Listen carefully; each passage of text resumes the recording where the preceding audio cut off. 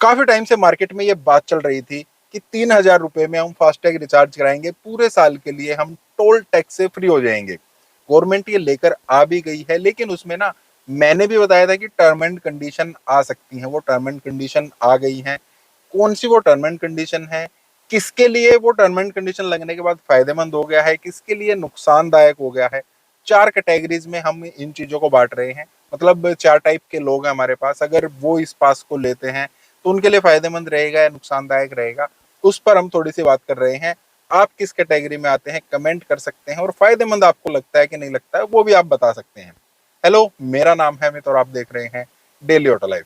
सबसे पहले रूल क्या बनाया है गवर्नमेंट ने, 3,000 रुपए आप एक साल के लिए देंगे।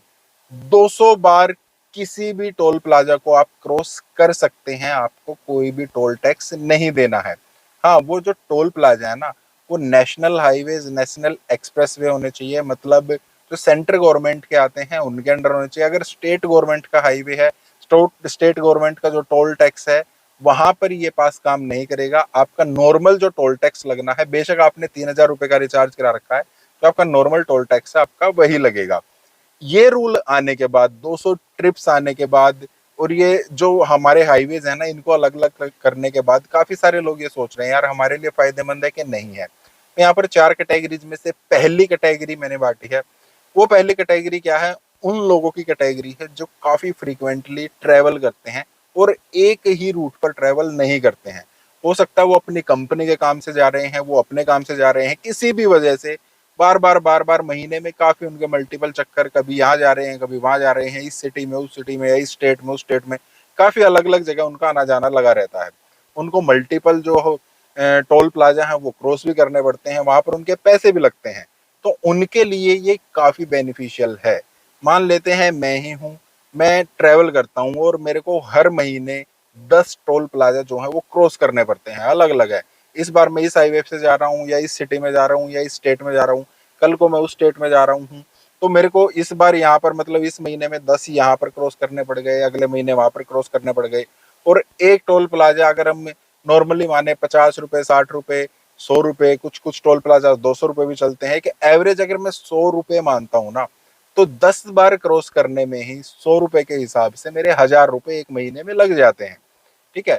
और हर महीने में 10 टोल प्लाजा क्रॉस करता हूँ, तो इस हिसाब से एक साल में, मतलब 12 महीने में मेरे 120 ट्रिप्स हो गए हैं। हर महीने में 1,000 रुपए दे रहा हूँ, 12 महीने में 12,000 रुपए मैं दूंगा। यहाँ पर मैं सिर्फ 3,000 रुपए दे रहा हूँ। तो फ्रीक्वेंटली आप लोग समझ गए हैं, इनके लिए ये चीज फायदेमंद है।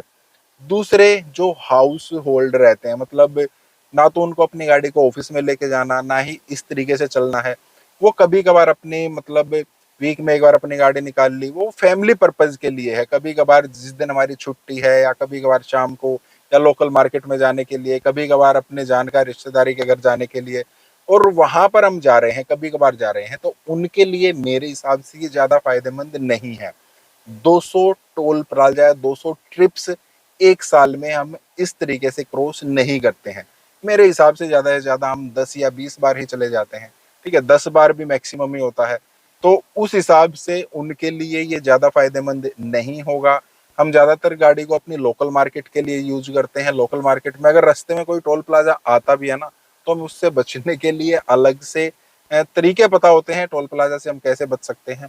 तो वहां पर मेरे हिसाब से ज्यादा फायदेमंद नहीं है। कभी कभार साल में एक आधी ट्रिप हमने कहीं मार ली, वहां पर रास्ते में कहीं टोल प्लाजा आ गए, 500 700 हमारा लग गया। तो पूरे साल का अगर देखा जाए तो 1,000 1500 रुपए हमारा टोल तो लग जाता है। तो वहां पर 3,000 रुपए देने का फायदा नहीं है।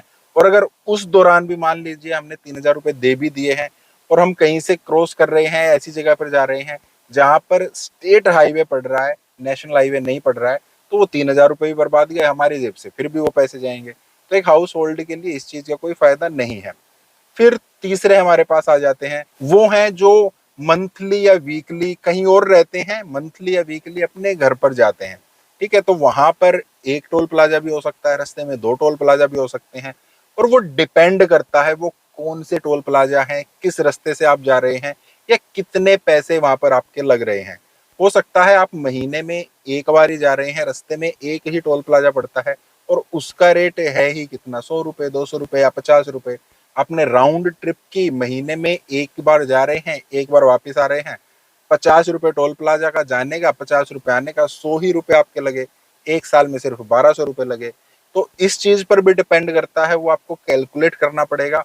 अगर आपका टोल प्लाजा और नेशनल हाईवे पर है, स्टेट हाईवे पर नहीं है, अगर आपका टोल प्लाजा पर टोल ज्यादा लग रहा है, 3000 रुपए से आपको लग रहा है कि साल में मेरा 3000 रुपए से ज्यादा लग जाएगा, फिर आपको फायदा है। देखिए ट्रिप्स भी आपकी कम हो रही हैं। अगर आप हर वीक जा रहे हैं तो आप एक बार जा रहे हैं, एक बार आ रहे हैं, आपकी इस हिसाब से एक महीने में 8 ही ट्रिप हो रही हैं।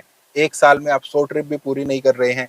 3000 रुपए से ज्यादा आपके वैसे लग रहे थे आने जाने में, आप 3000 रुपए का आप वहां पर पास ले सकते हैं। उसमें आपको फायदा है, ट्रिप्स भी ज्यादा मिल रही है, पैसा भी आपका कम लग रहा है, तो उस हिसाब से भी आपको फायदा है। फिर चौथे वो हैं जो काफी ज्यादा इंतजार कर रहे थे इस चीज का कि हमें काफी फायदा हो जाएगा, वो है डेली पैसेंजर।